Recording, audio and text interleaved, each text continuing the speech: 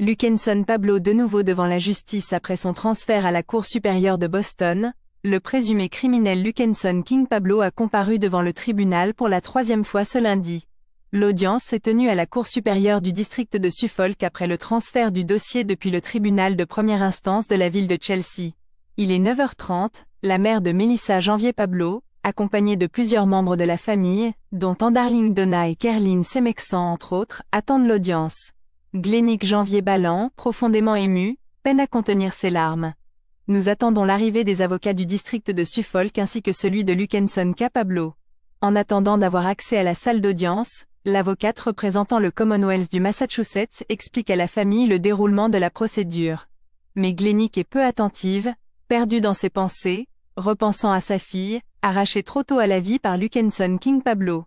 Il est 10h20, lorsque nous sommes finalement invités à entrer dans la salle d'audience où la brève séance va se dérouler. Une vingtaine de personnes sont présentes, tandis qu'une dizaine d'autres assistent virtuellement via Zoom, probablement pour d'autres affaires à traiter.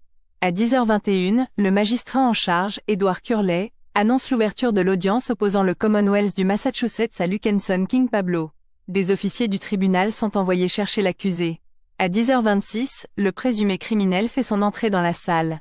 Détendu, souriant, vêtu d'une chemise bleu ciel, Luckenson King Pablo évite tout contact visuel avec la famille de Melissa Janvier Pablo. Il ne manifeste aucun signe de remords. Le juge instruit la greffière de lire l'ordre d'apparition, Order of Notice, à l'accusé. Après la lecture, le malfaiteur est invité à plaider. Non coupable, répond-il. Un choc pour les parents et amis de Melissa Janvier Pablo, mais rien d'anormal à ce stade de la procédure, explique l'avocate du Commonwealth.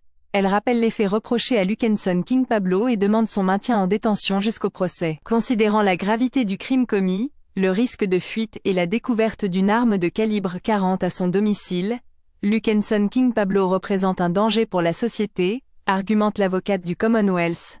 Son avocat réfute ces arguments en soulignant qu'avant l'assassinat de sa femme, Luckenson King Pablo n'avait aucun antécédent judiciaire. C'est un homme de bien, un travailleur qui subvenait à ses besoins. Cet acte tragique est un incident surprenant, plaide-t-il.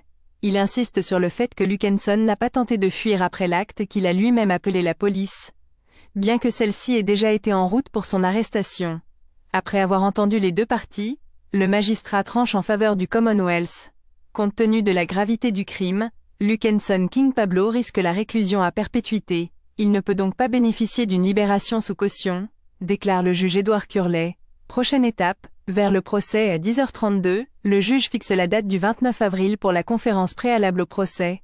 À cette occasion, une tentative de date pour le procès sera déterminée. À 10h34, il ordonne aux agents d'escorter le présumé criminel vers sa véritable place, la prison. À 10h35, la séance est levée. L'avocate de l'État accompagne la famille pour répondre à leurs questions et leur donner plus de détails sur la suite de la procédure. Glennick, elle, n'a pas de questions. Elle reste plongée dans ses pensées, réalisant qu'elle ne reverra plus jamais sa fille unique de 33 ans, qui représentait l'espoir de la famille. Mais Luckenson King Pablo en a décidé autrement, sans regret.